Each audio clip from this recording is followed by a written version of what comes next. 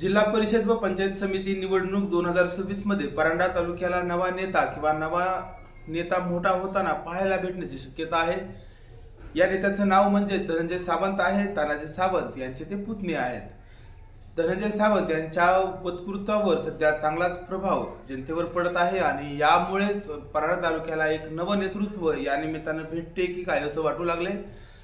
ज्याला स्वतःची बायको घरात तांब्या भरून देत नाही असा माणूस तानाजी सावंत यांना कानात वेगवेगळ्या गोष्टी सांगतो, अशा प्रकारचं मोठं वक्तव्य धनंजय सावंत यांनी केलेलं आहे। जिल्हा परिषद आणि पंचायत समिती निवडणूक सध्या धनंजय सावंत यांच्या वक्तृत्वाच्या बळावर गाजताना दिसते। परांडा तालुक्यामध्ये सध्याचं सर्वात मोठं नेतृत्व म्हणजे धनंजय सावंत आहे। मात्र या सगळ्या परिस्थितीमध्ये कोण कोण आणखीन इतरही नेते स्वतःचा प्रभाव पडू शकतात, किती जागा जिंकून आणू शकतात, या सगळ्या गोष्टीकडेही जनतेचं लक्ष आहे।